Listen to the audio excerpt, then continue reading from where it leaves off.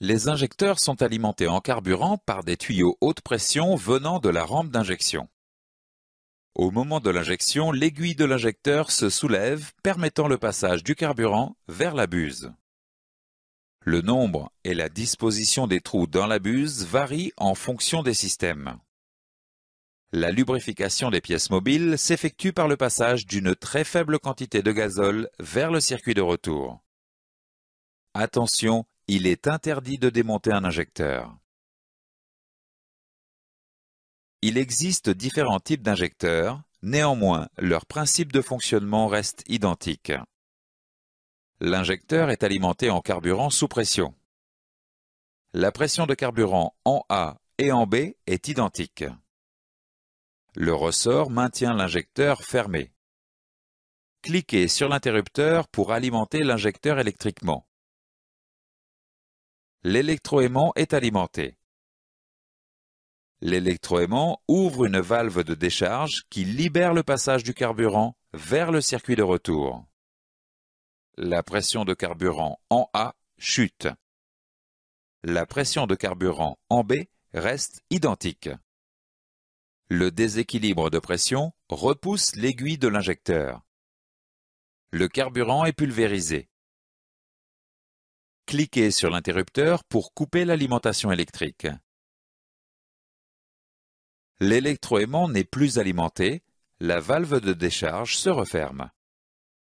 La pression de carburant en A augmente et s'équilibre avec la pression de carburant en B. Le ressort ramène l'aiguille en position fermée. L'injection est terminée.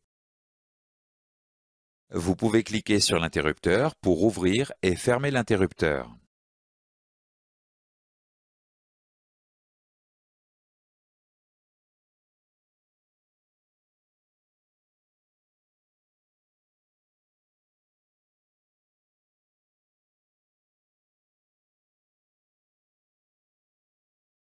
Il existe deux types de systèmes de commande par électroaimant.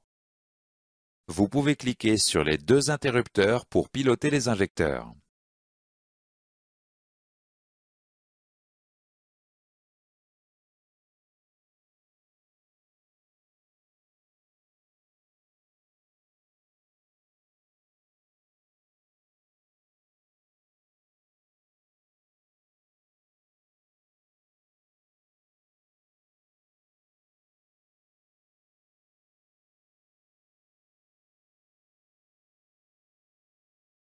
Certains injecteurs n'utilisent pas d'électroaimant mais un actuateur piézoélectrique. Le fonctionnement reste cependant identique. Cliquez sur l'interrupteur pour alimenter l'injecteur. Sous l'effet de la tension, le volume de l'élément piézoélectrique augmente. La valve de décharge se déplace et crée une fuite de carburant vers le circuit de retour. Cliquez sur l'interrupteur pour couper l'alimentation. L'élément piézoélectrique se décharge et reprend son volume initial. La valve de décharge se ferme. Vous pouvez cliquer sur l'interrupteur pour ouvrir et fermer l'injecteur.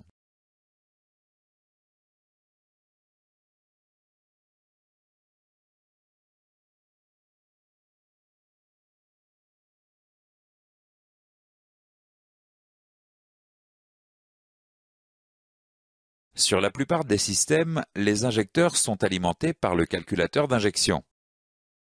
Il existe cependant des systèmes où l'alimentation des injecteurs se fait via une unité de puissance. Le calculateur d'injection envoie un signal correspondant aux injections souhaitées. L'unité de puissance alimente les injecteurs. Une ligne diagnostique permet à l'unité de puissance de confirmer au calculateur l'ouverture des injecteurs. Du fait des dispersions de fabrication, les caractéristiques de débit des injecteurs ne sont pas parfaitement identiques. Ceci peut entraîner des irrégularités de fonctionnement moteur et une augmentation des émissions polluantes. Certains injecteurs reçoivent un code appelé code de calibration. Ce code correspond à l'écart de débit par rapport à un injecteur de référence.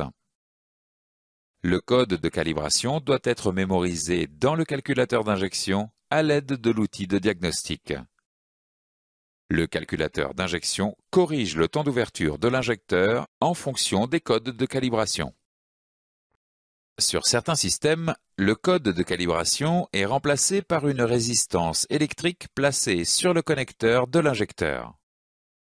Le calculateur lit la valeur de la résistance et applique la correction lors de l'injection. Ceci évite la procédure d'écriture en après-vente à l'aide de l'outil de diagnostic et permet de permuter les injecteurs entre eux. Le circuit de retour des injecteurs peut être équipé d'un venturi. Le venturi est un élément qui facilite l'écoulement du circuit de retour des injecteurs. Cet élément garantit un fonctionnement uniforme des injecteurs.